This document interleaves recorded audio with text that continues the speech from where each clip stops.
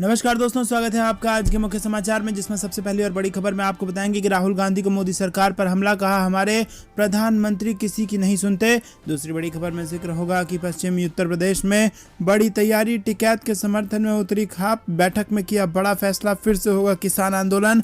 तीसरी बड़ी खबर में जिक्र होगा कि मोदी के कार्यकाल ने 23 करोड़ लोगों को गरीबी रेखा से नीचे धकेल दिया, नड्डा के दावे पर खड़गे का पलटवार। चौथी बड़ी खबर में जिक्र होगा कि चुनाव से पहले पात्र और चुनाव के बाद अपात्र, वरुण गांधी ने राशन कार्ड पर सरकार को घेरा। और पांचवी बड़ी खबर में जिक्र होगा कि गुजरात में नरेश पटेल को चुनावी चेहरा बनाने की कांग्रेस की तैयारी, सोनिया गांधी से मुलाकात के बाद होगा ऐलान। दोस्तों, हर एक खबर की गहराई में आपको ले जाएंगे, लेकिन उससे पहले अगर आप भी बढ़ती महंगाई के लिए भाजपा को जिम्मेदार मानते हैं तो वीडियो को लाइक कीजिए, लाल बटन को दबा के चैनल को सब्सक्राइब कीजिए और घंटी बजाकर कमेंट में लिखिए जय हिंद। दोस्तों, रुक करते हैं सबसे पहली और बड़ी खबर की तरफ। राहुल गांधी को मोदी सरकार पर हमला, कहा हमारे प्रधानमंत्री किसी की नहीं सुनते। जी हाँ दोस्तों, आपको बता दें कि भारत एक ऐसा देश नहीं बन सकता जहां बोलने की अनुमति नहीं हो। राहुल गांधी ने शुक्रवार को लंदन में आइडिया फॉर इंडिया सम्मेलन में यह बात कही। उन्होंने प्रधानमंत्री नरेंद्र मोदी को निशाना बनाते हुए केंद्र सरकार के खिलाफ अपना आक्रामक कदम उठाया। वहीं दोस्तों, आपको बता दें कि उन्होंने कहा कि प्रधानमंत्री का रवैया होना चाहिए कि मैं सुनना चाहता हूं लेकिन हमारे प्रधानमंत्री नहीं सुनते हैं। आपके पास ऐसा देश नहीं हो सकता जहां बोलने की अनुमति नहीं हो। पीएमओ स्वतंत्र रूप से नहीं बोल सकता है। चर्चा के दौरान उन्होंने बीजेपी और आरएसएस पर निशाना साधने का भी कोई मौका नहीं छोड़ा। राहुल गांधी ने कहा कि हम मानते हैं कि भारत अपने लोगों के बीच बातचीत करता है और भाजपा और आरएसएस का मानना है कि भारत एक भूगोल है, ये एक सोने की चिड़िया है जिसका लाभ कुछ लोगों को वितरित किया जाना चाहिए। हम मानते हैं कि सभी की समान पहुंच होनी चाहिए, चाहे आप दलित हो या फिर ब्राह्मण हो। ये असली संघर्ष है। दोस्तों, रुक करते हैं अगली बड़ी खबर की तरफ। पश्चिमी उत्तर प्रदेश में बड़ी तैयारी, टिकैत के समर्थन में उतरी खाप और बैठक ने किया बड़ा फैसला। जी हाँ दोस्तों, मुजफ्फरनगर में राठी खाप ने भारतीय किसान यूनियन टिकैत के समर्थन का ऐलान कर दिया है। आपको बता दें कि 29 मई को होने वाली महापंचायत में खाप के बाबा ब्रह्म सिंह राठी भी शामिल होंगे और सामाजिक कुरीतियों को दूर करने का भी आह्वान किया गया है। दोस्तों, रुक करते हैं अगली बड़ी खबर की तरफ। मोदी के कार्यकाल ने 23 करोड़ लोगों को गरीबी रेखा से नीचे धकेल दिया, नड्डा के दावे पर खड़गे का पलटवार। जी हाँ दोस्तों, आपको बता दें कि भारतीय जनता पार्टी के अध्यक्ष जेपी नड्डा के मोदी सरकार में गरीबी कम हुई के बयान पर कांग्रेस नेता मल्लिकार्जुन खड़गे ने पलटवार किया है। उन्होंने कहा कि जब रोजगार में गिरावट आई है तो लोगों के जीवन स्तर में सुधार कैसे हो सकता है। उन्होंने कहा कि यूपीए सरकार के दौरान हमने अपनी योजनाओं के कारण 27 करोड़ लोगों को गरीबी से बाहर निकाला था, लेकिन पीएम मोदी के कार्यकाल ने 23 करोड़ लोगों को गरीबी रेखा से नीचे धकेल दिया है। और बता दें कि इससे पहले बीजेपी अध्यक्ष जेपी नड्डा ने शुक्रवार को कहा था कि उनकी पार्टी की सरकार में पिछले 8 वर्षों में गरीबी कम हुई है। उन्होंने विभिन्न रिपोर्टों का हवाला देते हुए कहा कि देश में गंभीर गरीबी कम हुई है। और वहीं प्रधानमंत्री नरेंद्र मोदी की प्रशंसा करते हुए उन्होंने कहा था कि मोदी के नेतृत्व ने जातिवाद, क्षेत्रवाद, सांप्रदायिकता और वंशवाद की राजनीति को ध्वस्त कर विकास की राजनीति की एक नई संस्कृति की शुरुआत की है। चीन सीमा विवाद पर खड़गे ने कहा कि हमने इसे मोदी सरकार के संज्ञान में लाया। उन्होंने लोगों और युवाओं को गुमराह करते रहे और झूठ भी उन्होंने उसकी भी परवाह नहीं की और खूब झूठ बोला और उन्हें एहसास होगा कि उन्होंने गलती की है। दोस्तों, रुक करते हैं अगली बड़ी खबर की तरफ। चुनाव से पहले पात्र और चुनाव के बाद अपात्र, वरुण गांधी ने राशन कार्ड पर सरकार को घेरा। जी हाँ दोस्तों, आपको बता दें कि यूपी में सरकार ने राशन कार्ड को लेकर एक अभियान छेड़ रखा है। राशन कार्ड को लेकर कुछ गाइडलाइंस जारी कर कहा गया है कि इसके मुताबिक अपात्र राशन कार्ड धारक अपना कार्ड सरेंडर कर दें और प्रशासन की ओर से राशन कार्ड धारकों को इसे सरेंडर करने के लिए मोहलत दी गई है। और इस मसले ने अब सियासी रंग ले लिया है। सत्ताधारी भारतीय जनता पार्टी के सांसद वरुण गांधी ने ट्वीट कर अपनी ही पार्टी की सरकार को घेरा है। यूपी की ही पीलीभीत लोकसभा सीट से बीजेपी के सांसद वरुण गांधी ने अपने ऑफिशियल ट्विटर हैंड से ट्वीट कर सरकार पर सवाल उठाए हैं और चुनाव की चर्चा करते हुए सरकारों की विश्वसनीयता पर भी प्रश्न चिन्ह लगाया है। वरुण गांधी ने अपने ट्वीट में तंज कसते हुए कहा कि चुनाव से पहले पात्र और चुनाव के बाद अपात्र। उन्होंने कहा कि जन सामान्य के जीवन को प्रभावित करने वाले सभी मानक अगर चुनाव देखकर तय किए जाएंगे तो सरकारें अपनी विश्वसनीयता खो बैठेंगी। वरुण गांधी ने अपने ट्वीट में आगे लिखा कि चुनाव खत्म होते ही अपना राशन कार्ड खोने वाले करोड़ों देशवासियों की याद सरकार को अब कब आएगी, शायद अगले चुनाव में। दोस्तों, क्या आपको भी ऐसा लगता है कि चुनाव को देखकर, चुनाव के मद्देनजर ही भाजपा जनहित के फैसले लेती है? हाँ या ना में अपनी राय बताइए। गौरतलब है कि वरुण गांधी का ये ट्वीट ऐसे समय आया है जब यूपी में राशन कार्ड को लेकर अभियान छिड़ा हुआ है। प्रशासन की ओर से आदेश जारी किया गया है और इसमें कहा गया है कि जिनके पास पक्का मकान, बाइक, कार, एसी हो और बिजली का बिल आता हो, वो लोग राशन कार्ड सरेंडर कर दें। प्रशासन के मुताबिक ग्रामीण क्षेत्र में 2 लाख और शहरी क्षेत्र में 3 लाख रुपए से कम वार्षिक आय वाले लोग ही राशन कार्ड के लिए पात्र होंगे। प्रशासन ने यह भी साफ कहा है कि इन मानकों के दायरे में आने वाले लोग ही राशन कार्ड के लिए पात्र हैं। ऐसे लोग अपना राशन कार्ड सरेंडर कर दें। प्रशासन ने यह भी चेतावनी दी है कि राशन कार्ड का सत्यापन कराया जाएगा और अपात्र पाए जाने पर संबंधित व्यक्ति के खिलाफ कार्रवाई की जाएगी और दिया गया राशन वसूल लिया जाएगा। दोस्तों, रुक करते हैं अगली बड़ी खबर की तरफ। गुजरात में नरेश पटेल को चुनावी चेहरा बनाने की कांग्रेस की तैयारी, सोनिया गांधी से मुलाकात के बाद होगा ऐलान। जी हां दोस्तों, आपको बता दें कि ये बड़ी खबर निकल के आ रही है। गुजरात विधानसभा चुनाव से बड़े उलटफेर की कोशिश में जुटी है कांग्रेस। पाटीदार समुदाय के बड़े नेता नरेश पटेल को पार्टी में शामिल होने के लिए राजी करने में कामयाब होती दिख रही है कांग्रेस, और माना जा रहा है कि कांग्रेस ने राज्य के सबसे प्रभावशाली लेवा पटेल समुदाय के नेता नरेश पटेल को पार्टी के चुनाव अभियान में पार्टी का प्रमुख चेहरा बनाने को लेकर हामी भर दी है। वहीं दोस्तों, कांग्रेस अध्यक्ष सोनिया गांधी से मुलाकात के बाद पटेल के कांग्रेस में शामिल होने की औपचारिक घोषणा की जाएगी। चुनाव से पहले युवा नेता हार्दिक पटेल के कांग्रेस छोड़ने के बाद नरेश पटेल का आना कांग्रेस के लिए बहुत महत्वपूर्ण होगा। दोस्तों, रुक करते हैं अगली बड़ी खबर की तरफ। वसुंधरा समर्थकों का चुनाव में मोदी को चेहरा मानने से इनकार। दरअसल दोस्तों, आपको बता दें कि राजस्थान की राजधानी जयपुर में चल रही भाजपा के राष्ट्रीय पदाधिकारियों की बैठक का अंतिम दिन है। शुक्रवार को पीएम मोदी ने बैठक को संबोधित किया और इसके बाद राष्ट्रीय अध्यक्ष जेपी नड्डा ने साफ कर दिया कि राजस्थान विधानसभा चुनाव 2023 में भाजपा के चेहरा पीएम मोदी और कमल का फूल ही रहेंगे। लेकिन वसुंधरा समर्थकों को ये रास नहीं आया। वसुंधरा समर्थकों ने पीएम मोदी को चेहरा मानने से इनकार कर दिया है। एक वसुंधरा समर्थक नेता ने कहा कि वसुंधरा राजे की अनदेखी से विधानसभा चुनाव में नुकसान होगा। वसुंधरा राजे का राजस्थान में क्रेज है। विरोधी गुट वसुंधरा पर नकेल कसने की कोशिश कर रहा है। दोस्तों, रुक करते हैं अगली बड़ी खबर की तरफ। मध्य प्रदेश के मुख्यमंत्री शिवराज सिंह अब परमानेंटली ठेला चलाएंगे। प्रदेश कांग्रेस अध्यक्ष कमलनाथ का बड़ा बयान। जी हां दोस्तों, मध्य प्रदेश कांग्रेस के अध्यक्ष कमलनाथ ने मुख्यमंत्री शिवराज सिंह चौहान के हाथ ठेला लेकर खिलौने एकत्रित करने के ऐलान पर कहा कि वो परमानेंट ठेला चलाएंगे। कमलनाथ ने कहा कि वो अब कुछ भी नौटंकी कर लें मगर जनता गुमराह होने वाली नहीं है, जनता सच्चाई का साथ देगी। मध्य प्रदेश के मुख्यमंत्री 24 मई को हाथ ठेला लेकर सड़क पर निकलने वाले हैं। वो हाथ ठेले में आंगनबाड़ी के बच्चों के लिए खिलौने एकत्रित करेंगे।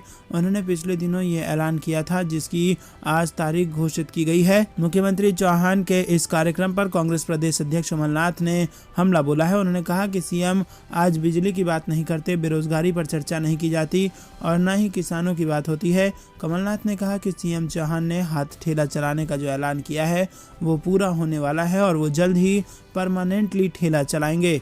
कमलनाथ ने कहा कि सीएम चौहान की समीक्षा बैठकें जो हो रही हैं वो इवेंट ही हैं और इन बैठकों को मीडिया के लिए हेडलाइन बनाना है। कमलनाथ ने कहा कि अब सीएम हाथ ठेला चला लें या कुछ भी दूसरी नौटंकी कर लें, जनता गुमराह नहीं होने वाली है।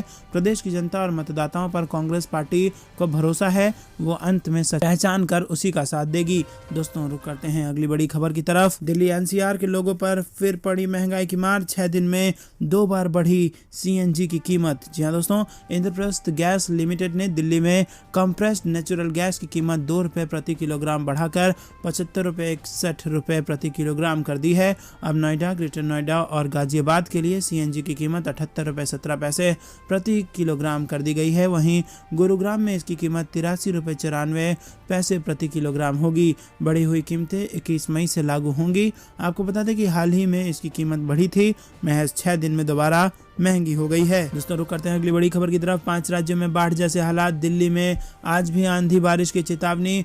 मौसम का ताजा हाल आपको बता दें दोस्तों कि देश के अधिकतर राज्यों में जहां गर्मी से लोगों का बुरा हाल है, वहीं कुछ राज्य ऐसे हैं जहां बारिश के कारण बाढ़ जैसी स्थिति उत्पन्न हो गई है। इन राज्यों में असम, कर्नाटक, केरल, मेघालय और मणिपुर शामिल है। इन राज्यों में भारी बारिश के कारण जगह जगह जल जमाव हो गया है। लोगों का घर से बाहर निकलना मुश्किल हो रहा है।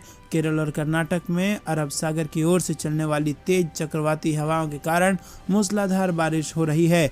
असम में बाढ़ से 8 लाख से अधिक लोग प्रभावित हुए हैं और 14 लोगों की मौत हो गई है। वहीं जमुनाखाना जिले के 2 गांव के 500 से अधिक परिवार को रेलवे पटरी पर रहना पड़ रहा है। दोस्तों रुक करते हैं अगली। प्रसाद के परिसरों में सीबीआई के छापे के बाद आरजेडी नेताओं और कार्यकर्ताओं ने किया जबरदस्त विरोध। जी दोस्तों, राष्ट्रीय जनता दल के अध्यक्ष लालू प्रसाद यादव के दिल्ली और बिहार में कई परिसरों पर केंद्रीय अन्वेषण ब्यूरो के छापे के बाद राज्य में शुक्रवार को राजनीति तापमान बढ़ गया है। सीबीआई ने 1 दशक से भी पहले लालू प्रसाद यादव के रेल मंत्री रहने के दौरान हुई कथित अनियमितताओं से जुड़े एक मामले की जांच के सिलसिले में ये छापेमारी की है। आरजेडी के नेताओं और कार्यकर्ताओं ने सीबीआई की कार्रवाई पर रोष जताया है। वो आरजेडी प्रमुख की पत्नी एवं पूर्व मुख्यमंत्री राबड़ी देवी के आवास के सामने सड़क पर एकत्र हुए और उनमें से कई ने राजनीतिक भयादोहन के खिलाफ रोष प्रकट करने के लिए अपनी कमीज उतार ली थी। हालांकि केंद्र और राज्य में सत्तारूढ़ भारतीय जनता पार्टी ने राजनीतिक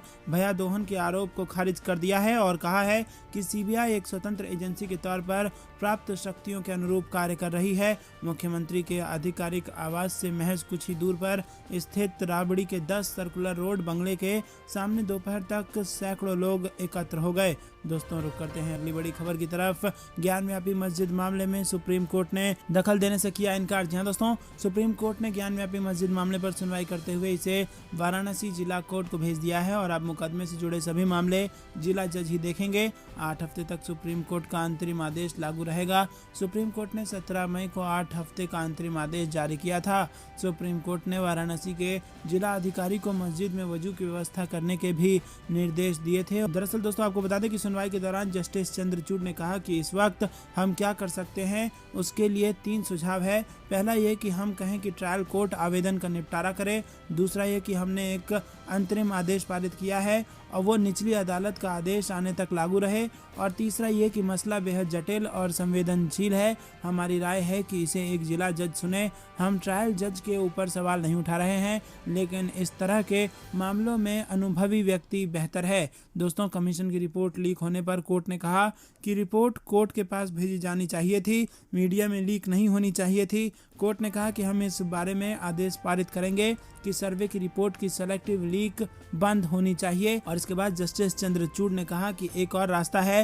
आपने यानी कि मुस्लिम पक्ष ने आयुक्त की नियुक्ति के आदेश को चुनौती दी है। अगर हम SLP यानी कि स्पेशल लीव पिटीशन का निस्तारण कर दें तो वो आदेश अंतिम हो जाएगा, लेकिन अगर आप ऑर्डर 7 रूल 11 को चुनौती देने में फेल होते हैं तो हम इस SLP को लंबित रख सकते हैं। दोस्तों रुक करते हैं अगली बड़ी खबर की तरफ। एक कायर और विनम्र प्रतिक्रियाओं से काम नहीं चलेगा। पैंगोंग में चीन के नए पुल को लेकर राहुल गांधी ने केंद्र सरकार पर किया हमला। जी हाँ दोस्तों, आपको बता दें कि चाहे गलवान घाटी का मामला हो या फिर चीनी सैनिकों की भारतीय क्षेत्र में घुसपैठ की खबरें हों, हर बार कांग्रेस के पूर्व अध्यक्ष राहुल गांधी केंद्र सरकार को घेरते रहते हैं। इस बार राहुल गांधी ने पैंगोंग लेक पर चीन द्वारा बनाए जा रहे ब्रिज को लेकर मोदी सरकार पर निशाना साधा है। पूर्व अध्यक्ष ने कहा है कि चीन हमारी राष्ट्रीय सुरक्षा के लिए खतरा बना हुआ है और उसके साथ नरम तथा उदारवादी नजरिए से काम नहीं चलेगा, इसीलिए करारी भाषा में प्रतिक्रिया देने की जरूरत है। वहीं दोस्तों आपको बता दें कि गांधी ने ट्वीट किया कि चीन ने पैंगोंग पर पहला पुल बनाया। भारत सरकार ने कहा कि हम स्थिति की निगरानी कर रहे हैं। चीन ने पैंगोंग पर दूसरा पुल बनाया तो भारत सरकार ने कहा कि हम स्थिति की निगरानी कर रहे हैं। राष्ट्रीय सुरक्षा और क्षेत्रीय अखंडता से कोई समझौता नहीं हो सकता है, इसीलिए डरपोक और हल्की प्रतिक्रिया से काम नहीं चलेगा। प्रधानमंत्री को हर हालत में देश की रक्षा करनी चाहिए। दोस्तों रुक करते हैं अगली बड़ी खबर की तरफ। सपा प्रमुख अखिलेश यादव का भाजपा सरकार पर हमला। बोले इन्होंने चंद पूंजीपति घरानों के पास बंधक बना दी है देश की अर्थव्यवस्था। जी हाँ दोस्तों, समाजवादी पार्टी के अध्यक्ष अखिलेश यादव ने कहा कि देश की अर्थव्यवस्था को भाजपा ने चंद पूंजीपति के घरानों के पास बंधक बना दिया है। जनता कंगाल होकर कराह रही है, जबकि अमीर हर रोज समृद्ध और संपन्न होने के नए शिखर छू रहे हैं। उत्तर प्रदेश की अर्थव्यवस्था को 1 ट्रिलियन बनाने की दंभ पूर्ण घोषणा तो दोहराई जाती रही है, लेकिन यथार्थ में ये प्रदेश अब हर क्षेत्र में पिछड़ता जा रहा है। अखिलेश ने गुरुवार को जारी बयान में कहा कि डीजल, पेट्रोल, रसोई गैस, बिजली एवं खाने का तेल, खाद्य वस्तुएं सहित अन्य घरेलू सामान महंगा हो गया है। परिवारों का औसत खर्च 4 महीने में 43% बढ़ गया है। भाजपा सरकार में महंगाई के शिकार लोग बद से बदतर जिंदगी जीने को मजबूर हैं। आम आदमी के लिए आगे जिंदगी चलाना आसान नहीं रह गया है। गेहूं खरीद न्यूनतम समर्थन मूल्य की दर से नहीं हुई है। 5 बड़ी कंपनियों ने किसानों से गेहूं खरीद लिया और अपने गोदामों में भंडारण कर लिया है। निश्चय ही अब अपनी मुनाफाखोरी की आदत के चलते वो महंगा आटा बेचेंगे। जनता भीषण गर्मी में झुलस रही है।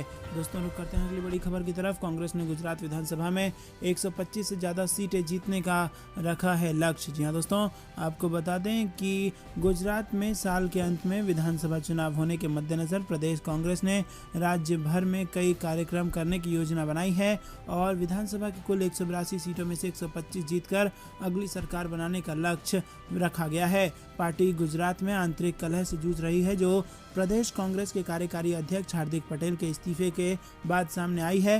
हालांकि अब पार्टी चुनावी मोड में आ गई है और चुनाव से पहले होने वाले कार्यक्रमों में शीर्ष नेता राहुल गांधी और प्रियंका गांधी को लाने की कोशिश कर रही है। कांग्रेस भाजपा शासित गुजरात में करीब 3 दशक से सत्ता से बाहर है। गुजरात कांग्रेस प्रभारी ने कहा कि पार्टी ने आगामी कार्यक्रमों पर चर्चा करने के लिए बृहस्पतिवार को राजकोट में सौराष्ट्र क्षेत्र की बैठक बुलाई थी। खासकर हर बूथ पर 25 नए कार्यकर्ता जोड़ने के लिए राज्य में 52,000 बूथ हैं। बैठक के बाद शर्मा ने कहा कि पार्टी ने 182 सदस्यीय गुजरात विधानसभा में 125 से अधिक सीटें जीतकर अगली सरकार बनाने का संकल्प लिया है। 2017 में कांग्रेस ने राज्य में 77 सीटें जीती थी। शर्मा ने कहा कि आने वाले दिनों में पार्टी उत्तर, दक्षिण और मध्य गुजरात क्षेत्रों में इसी तरह की बैठक करेगी और उन्होंने कहा कि हमने 9 से 15 अगस्त के बीच पैदल मार्च की योजना बनाई है। यात्रा प्रत्येक जिले में कम से कम 75 किलोमीटर की दूरी तय करेगी। हम इस पद यात्रा के जरिए लोगों से जुड़ेंगे। दोस्तों रुक करते हैं अगली बड़ी खबर की तरफ। ज्ञानव्यापी में जुमे की नमाज के लिए जुटी भारी भीड़, मस्जिद का गेट बंद किया गया, सुरक्षा व्यवस्था कर दी गई सख्त। जी हाँ दोस्तों, वाराणसी की ज्ञानव्यापी मस्जिद में जुमे की नमाज को लेकर अंजुमन इंतजामिया मस्जिद कमेटी ने पत्र जारी कर नमाजियों से एक गुजारिश की है। कमेटी ने कहा है कि जुमे की नमाज के लिए लोग कम तादाद में ज्ञानव्यापी मस्जिद आएं और इस अपील का खास असर नहीं पड़ा। लोग बड़ी संख्या में नमाज अदा करने के लिए ज्ञानव्यापी पहुंच गए। सामान्य दिनों के मुकाबले आज 1000 करीब लोग नमाज अदा करने पहुंच गए और मस्जिद के अंदर जगह न होने पर विश्वनाथ धाम के गेट नंबर 4 के बाहर जमा नमाजियों को लौटा दिया गया और गेट बंद कर दिया गया। इस कारण थोड़ी देर के लिए गहमा गहमी की स्थिति रही। सुरक्षा के मद्देनजर फोर्स बढ़ा दी गई है। पुलिस प्रशासन अलर्ट मोड में है। मस्जिद कमेटी की ओर से अपील की गई थी कि वजू खाना सील होने की वजह से अधिक लोगों का मस्जिद में आना उचित नहीं होगा, लिहाजा आप सभी अपने मोहल्ले में ही जुमे की नमाज अदा करें। इधर जुमे की नमाज को लेकर पुलिस प्रशासन भी अलर्ट मोड में है। जुमे की नमाज के शुरू होने से लेकर खत्म होने के बाद तक चौकसी रखने के निर्देश दिए गए हैं। दोस्तों रुक करते हैं अगली बड़ी खबर की तरफ।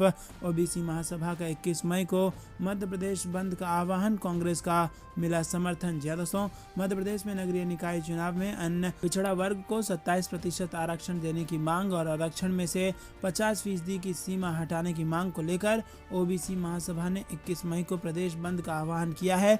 इसको मध्य प्रदेश कांग्रेस ने भी अपना समर्थन दिया है। ओबीसी महासभा के प्रदेश कार्यकारी अध्यक्ष कमलेंद्र सिंह ने बताया कि 21 मई को प्रदेश बंद कर सरकार का ओबीसी वर्ग विरोधी चेहरा जनता के सामने लाना चाहते हैं। सिंह ने कहा कि ओबीसी को 27% आरक्षण मिलना चाहिए। सरकार ने ओबीसी वर्ग के साथ कुठाराघात किया है। 27% आरक्षण को पहले कोर्ट के माध्यम से शून्य कराया, फिर 14% आरक्षण कोर्ट के माध्यम से बहाल करा दिया और वाहवाही लूटी, जबकि ओबीसी वर्ग को 27% आरक्षण का लाभ पहले से मिल रहा था। दोस्तों रुक करते हैं रसोई गैस एलपीजी की लगातार बढ़ रही कीमतों को लेकर गुरुवार को कांग्रेस ने केंद्र सरकार को घेरा। दरअसल दोस्तों, भाजपा की आलोचना करते हुए कांग्रेस ने कहा कि नरेंद्र मोदी सरकार की ईंधन लूट हर दिन छोटी या बड़ी किस्तों में हो रही है। केंद्र की आलोचना करते हुए कांग्रेस के मुख्य प्रवक्ता रणदीप सिंह सुरजेवाला ने कहा कि घरेलू गैस सिलेंडर की कीमत 45 दिनों में 100 रुपए की ज्यादा बढ़ गई है और फिर से गैस के दाम में 3.5 रुपए की बढ़ोतरी की गई है। दोस्तों रुक करते हैं अगली बड़ी खबर की तरफ। बढ़ती महंगाई पर सीएम अशोक गहलोत ने पीएम मोदी पर साधा निशाना। गहलोत बोले, मोदी सरकार की नीतियां हैं फेल। जी हां दोस्तों, राजस्थान के मुख्यमंत्री अशोक गहलोत देश में बढ़ती महंगाई और बेरोजगारी पर पीएम मोदी पर निशाना उन्होंने साधा है। सीएम गहलोत ने ट्वीट कर लिखा, ऐसा लगता है कि केंद्र सरकार की आर्थिक नीतियां फेल हो चुकी हैं। इनके पास महंगाई को काबू रखने की कोई नीति नहीं है। सीएम गहलोत ने अपने दूसरे ट्वीट में पीएम मोदी पर जमकर निशाना साधा है। गहलोत ने ट्वीट कर लिखा कि प्रधानमंत्री और एनडीए सरकार का ध्यान मंदिर मस्जिद के मुद्दों पर भटकाने की बजाय अपना ध्यान बेरोजगारी को हल करने एवं महंगाई को काबू करने में लगाना चाहिए। सीएम गहलोत ने कहा कि आसमान छूती कीमतों को लेकर मोदी सरकार गंभीर नहीं है। रिकॉर्ड कायम करती महंगाई, बढ़ती बेरोजगारी और अहम मुद्दों से ध्यान भटकाकर जाति धर्म पर राजनीति को मुद्दा बनाया जा रहा है। सीएम ने कहा कि देश में थोक महंगाई दर 15.08% के रिकॉर्ड पर पहुंच गई है। पिछले एक साल से थोक महंगाई दर 10% से अधिक है। महंगाई ने आमजन का जीवन मुश्किल कर दिया है, लेकिन एनडीए सरकार धर्म जाति के नाम पर आपस में तनाव बनाए रखना चाहती है, जिससे महंगाई और बेरोजगारी पर कोई चर्चा ना हो सके। पेट्रोल डीजल के बाद अब खाद्य सामग्री भी आम जन की पहुंच से बाहर होती जा रही है। रुपये का मूल्य लगातार गिरकर $1.77 के ऐतिहासिक निचले स्तर पर पहुंच गया है, जिससे आयात की जाने वाली सभी वस्तुओं के दाम निरंतर बढ़ रहे हैं। तो दोस्तों, ये थी दिन भर कुछ बेहतरीन और बड़ी खबरें। तक बने रहने के लिए बहुत बहुत धन्यवाद। देख रहे थे आपका अपना चैनल जय हिंद जय भारत।